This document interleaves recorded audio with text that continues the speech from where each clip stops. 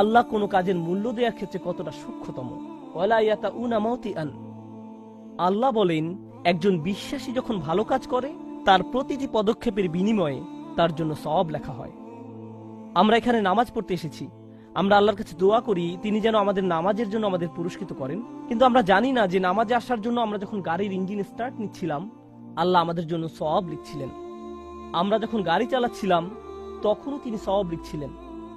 চাকার প্রতিটি ঘূর্ণায়নের বিনিময়ে আল্লাহ সওয়াব লিখছিলেন। ডিজেল এবং গ্যাসোলিন কেনার জন্য আমরা যত টাকা খরচ করেছি তার জন্য আল্লাহ সওয়াব লিখছিলেন। মসজিদে আসার সময় যখন উজু করার জন্য যাচ্ছিলাম প্রতিটি পদক্ষেপের জন্য আল্লাহ সওয়াব লিখছিলেন।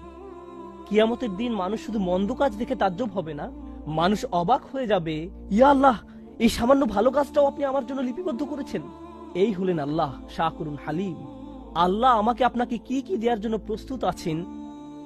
সুবহানাল্লাহ। শুধু এই ভাবনাই আমাদের অবাক করে দেয়। আল্লাহ আজ্জা ওয়া জাল্লা আমাদেরকে তার প্রতি কৃতজ্ঞ করে তুলুন, যেন আমরা তার প্রতি শুকরিয়া আদায় করতে পারি।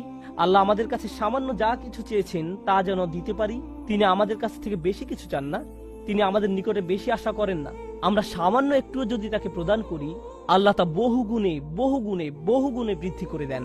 দোয়া করে আল্লাহ যেন আমাদের সকল ভালো কাজের সওয়াব বহু গুণে বৃদ্ধি করে দেন এবং তার অনুগ্রহে আমাদেরকে তার জান্নাতে প্রবেশ করতে দেন।